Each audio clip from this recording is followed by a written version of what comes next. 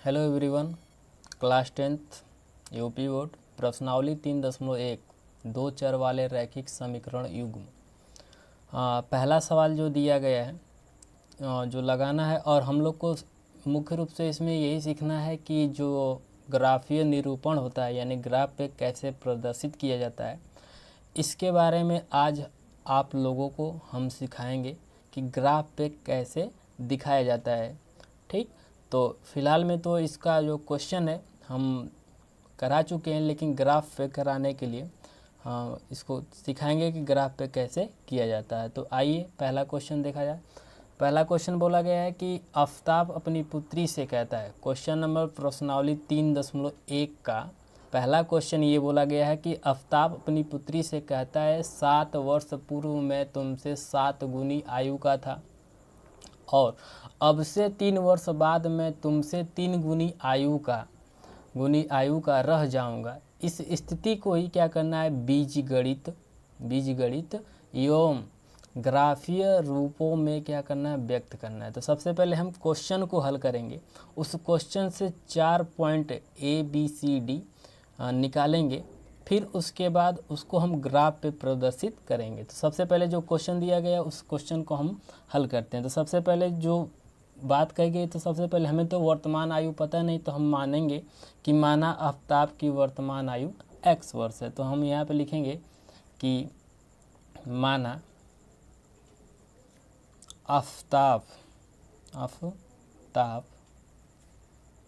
की वर्तमान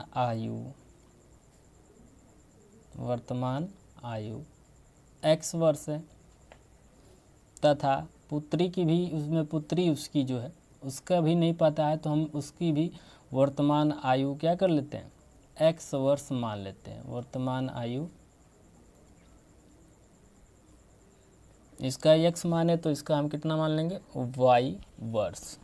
ठीक, अब हमसे क्वेश्चन में ये कहा गया कि 7 वर्ष पूर्व, यानी 7 वर्ष पूर्व मतलब पीछे की बात कही जा रही है। तो हम लिखेंगे 7 वर्ष पूर्व। तो पूर्व आफताब की आयु कितना हो जाएगा, आफताब की आयु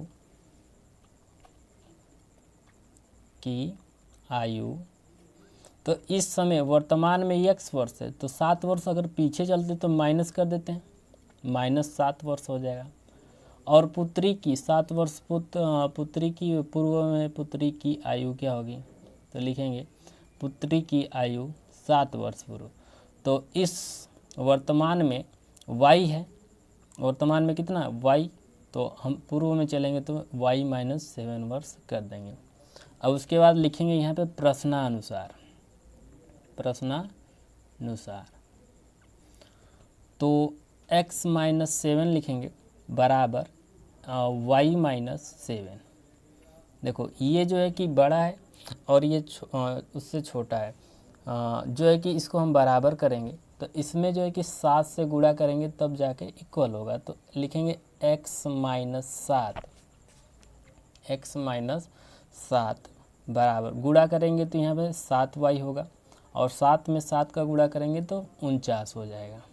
ठीक, अब देखिए ये जो है कि y इधर यानी जो चर वाले हैं उनको एक साइड कर लेते हैं और अचर को एक तरफ कर लेते हैं। तो इधर माइनस का 49 हो जाएगा और इधर कितना है, माइनस है, और ये प्लस हो जाएगा जो 7 इधर आएगा। तो इसको अगर हल किया जाए तो आएगा x -7y, यहाँ पे माइनस ही रहेगा, -7y बराबर, ये माइनस प्लस माइनस हो जाएगा। अब बड़ा माइनस है तो माइनस घटाएंगे तो 42 आएगा। समीकरण नंबर 1 बना लेते हैं। अब जो है कि द्वितीय यानी प्रथम, ये प्रथम हो गया।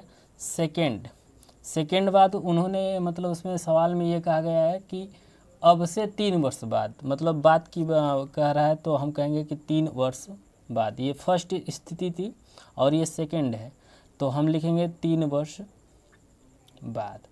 तो 3 वर्ष बाद आफताब की आयु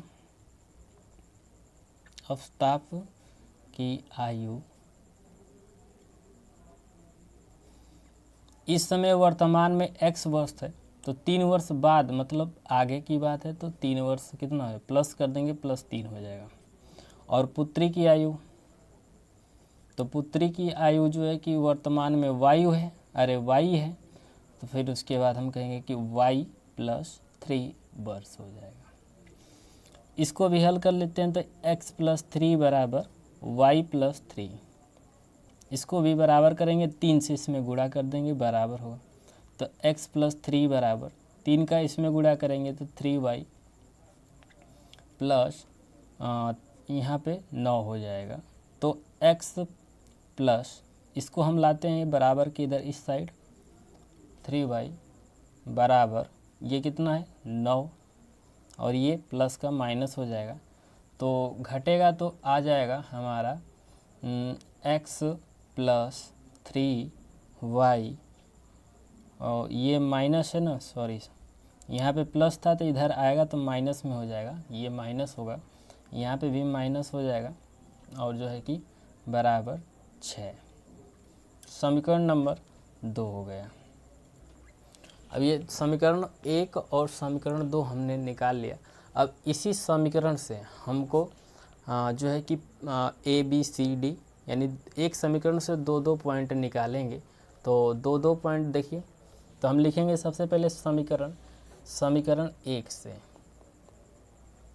समीकरण 1 से समीकरण 1 क्या दिया गया है, समीकरण 1 क्या मिला हमको कि x - 7y बराबर -42 मिला है। तो इसमें जो है कि x की वैल्यू y की वैल्यू रख के हल करेंगे तो एक वैल्यू हमें क्या होगा प्राप्त। अगर x रखते हैं तो y का वैल्यू मिलेगा, अगर y रखते हैं तो x की वैल्यू मिलेगा। ठीक, तो हम कहेंगे कि यहाँ पे x की वैल्यू 0 रखने पर, जब हम 0 रखेंगे तो यहाँ पे लिख लीजिएगा कि रखने पर, जब हम 0 रखेंगे तो यहाँ पे क्या मिलेगा, x के जगह 0 हो जाएगा। इसी समीकरण x के जगह 0 -7y बराबर माइनस कितना हो जाएगा 42 हो जाएगा। ये माइनस से माइनस ये कट हो जाएगा यहीं पे, तो हमें प्राप्त क्या होगा 7y बराबर 42, यानी ये इससे कट जाएगा तो y बराबर कितना आ जाएगा 6 आ जाएगा। तो हम कह सकते हैं कि अब इसका पॉइंट जो मिलेगा इसका नाम रख लेते हैं AB। तो ABCD आप अपने मन से जो भी कुछ चाहेंगे वो लिख सकते हैं। तो देखिए हमने x का मान सबसे पहले x और y इसी तरह से लिखते हैं। तो x की वैल्यू कितना मिला है 0, x की वैल्यू कितना मिला है 0, y की वैल्यू कितना है 6। तो पहला पॉइंट जो बिंदु मिला है 0,6 मिला है। अब इसी समीकरण से अब क्या करेंगे, इसी समीकरण में y की वैल्यू रखेंगे, एक बार x की वैल्यू रख के निकालेंगे, एक बार y की वैल्यू रख के निकालेंगे। तो जब हम y की रखते हैं तो y की वैल्यू 0 रख लेते हैं, तो इसी समीकरण में रखेंगे। तो समीकरण हमें क्या है x - 7y बराबर माइनस का 42 आया, तो हम x - 7 और y की जगह पे क्या हो जाएगा 0 बराबर माइनस क्या हो जाएगा 42, इसका इसमें गुणा होगा तो क्या होगा 0, तो -42 यानी x बराबर कितना आ गया 42, और y के रखें तो 42 आया, तो y की वैल्यू क्या हो जाएगी, ये जो दूसरा पॉइंट मिला इसे कह सकते हैं b।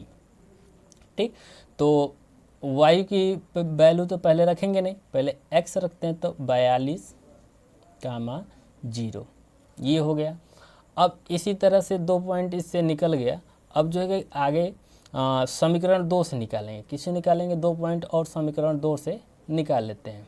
तो हम कहेंगे समीकरण 2 से, समीकरण 2 हम लोगों को पता है कि कितना आया है। देखिए समीकरण 2 आया है कि x - 3y बराबर 6 आया है, तो इसी को लिखेंगे कि x - 3y बराबर 6। तो x की वैल्यू 0 रखेंगे, तो x के जगह पे 0, 3y बराबर 6 आ गया। अब ये जो है कि अगर 0 है तो कोई मतलब तो है ना, तो माइनस का 3y बराबर कितना मिलेगा 6, ये इससे कट गया, 3 दूना के 6 हो जाएगा, तो y बराबर कितना आएगा -2 आएगा। तो a हो गया, b हो गया, ये जो पॉइंट मिलेगा c पॉइंट मिला, और इस c पॉइंट को हम कहेंगे कि x की वैल्यू 0, y की वैल्यू कितना है -2, तो -2 हो गया। अब इसी समीकरण में जो है कि y की वैल्यू क्या करते हैं, रख लेते हैं। तो यही वाला समीकरण रहेगा। तो y बराबर 0 रखने पर कहेंगे कि y बराबर 0 रखने पर जब हम y की वैल्यू 0 रखते हैं तो ये कितना आ जाएगा, इसी समीकरण में 3y बराबर 6 और x माइनस 3 और y की जगह पे 0 बराबर 6 होगा। गुणा करेंगे तो 0 हो जाएगा, तो x बराबर कितना आ जाएगा, 6 आ जाएगा। तो ये डी पॉइंट x की वैल्यू 6 और y की वैल्यू 0। तो इस तरह से हम इस 4 वैल्यू को निकाल लेना है। फिर उसके बाद इसको हम सीखेंगे कि ग्राफ पेपर पे कैसे प्रदर्शित किया जाता है। तो आइए देखते हैं, जो पॉइंट मिला हम अपने ग्राफ पे क्या कर सकते हैं, लिख लेंगे। तब उसके बाद देखेंगे ग्राफ पे कैसे प्रदर्शित किया जाता है। तो जो जो पॉइंट मिला उस पॉइंट को हम पहले नोट कर लेते हैं। पॉइंट पहला हम लोगों को जो मिला है ए बराबर जो मिला है 0,6 मिला है। और बी की जो बी पॉइंट मिला है -42 कामा है यहाँ पे 0 मिला है। फिर उसके बाद जो है कि सी की जो वैल्यू मिला है, सी ये मिला है 0,2 मिला है। फिर उसके बाद -2 मिला है।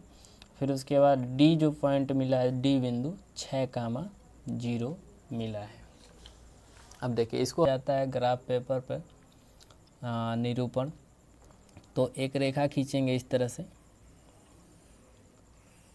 ये, और एक इधर से खींचेंगे सीधा ऊपर की तरफ।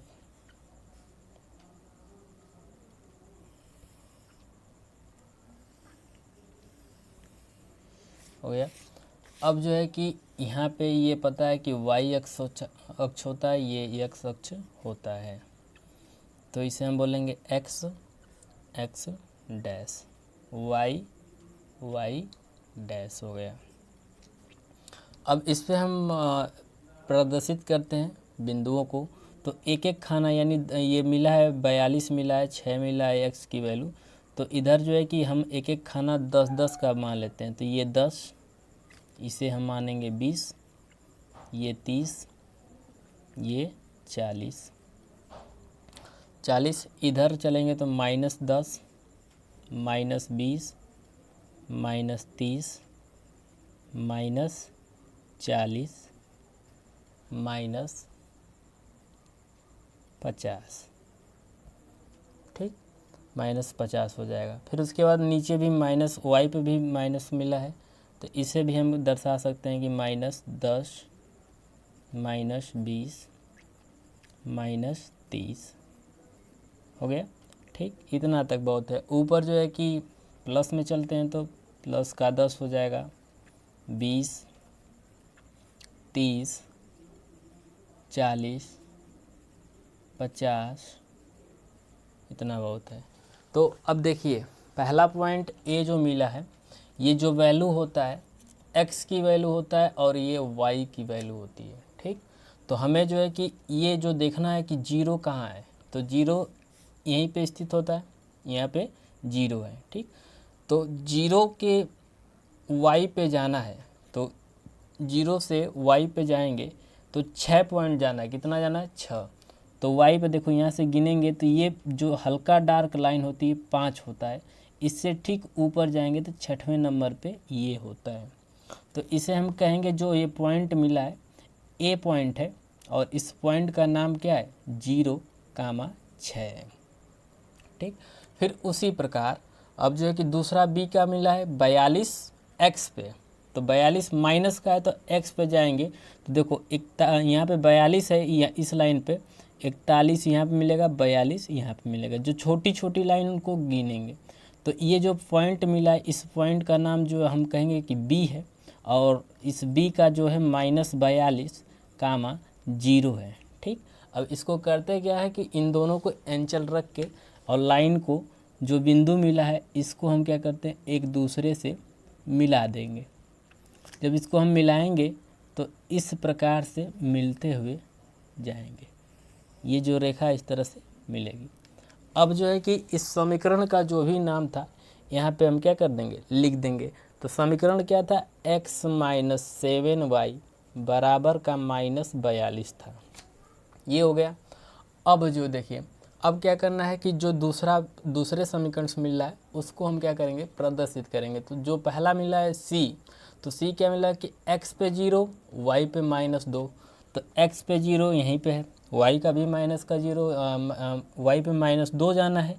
तो देखो यहाँ से काउंट करेंगे तो 1 2, यहाँ से 1 2, दूसरी लाइन जो मिलेगी ये क्या होगा, -2। तो ये जो पॉइंट मिला है, सी पॉइंट मिला है, और इस पॉइंट का नाम जो है कि 0,2 लिख देंगे इस तरह से।